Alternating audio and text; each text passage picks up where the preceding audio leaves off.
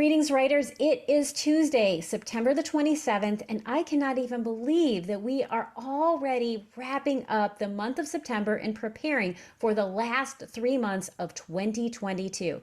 Time goes by so fast, it just blows my mind. Now, because we're in the process of wrapping up, there are two things I want to let you know about that are on the horizon. Number one, I want to tell you about something new that I'm doing in this month's newsletter. Now, every month I read lots of essays and I'm always looking for things that are going to help me be a better writer, tools that I can use with my clients and my students, and I'm looking for those pieces out there that touch my heart.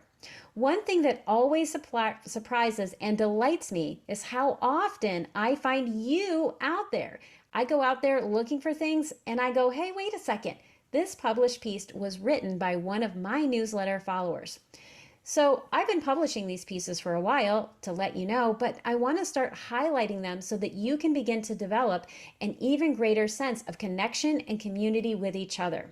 So if you look at this month's reading roundup and you see a name that is highlighted in red, these people are on our newsletter list. They are part of your community. They are your peers.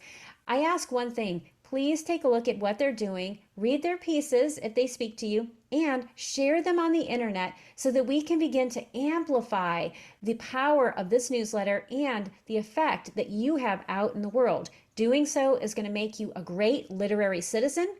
It is also going to help connect you with other writers, and that is the number one thing that we want to do.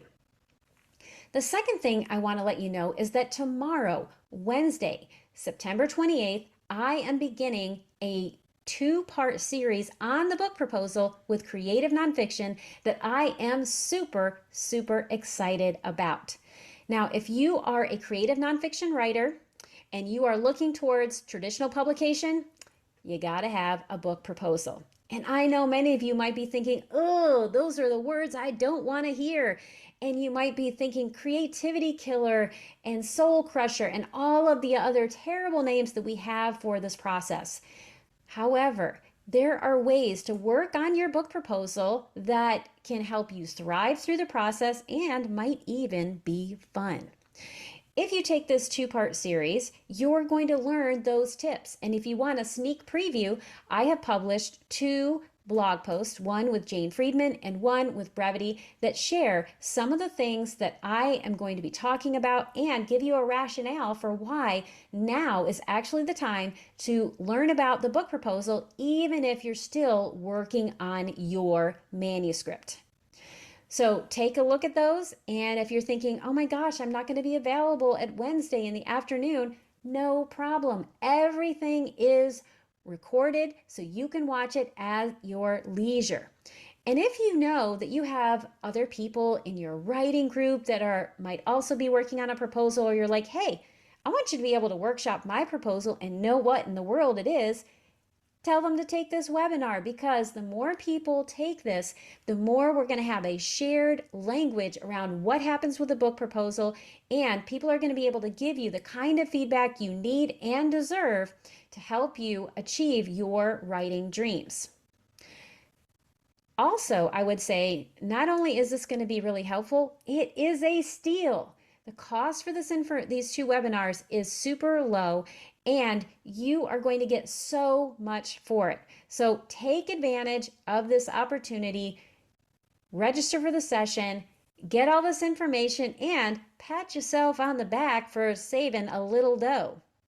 If you have questions about it, please feel free to send me an email. I am happy to answer those questions for you. I also want to let you know that you can register for one and register for the other if it feels like it suits you.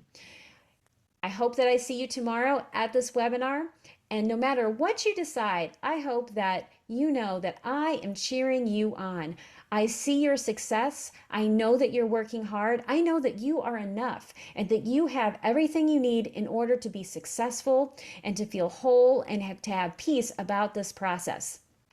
I see this about you, I envision this for you, and I love hearing when it's happening for you so that I can continue to celebrate your successes.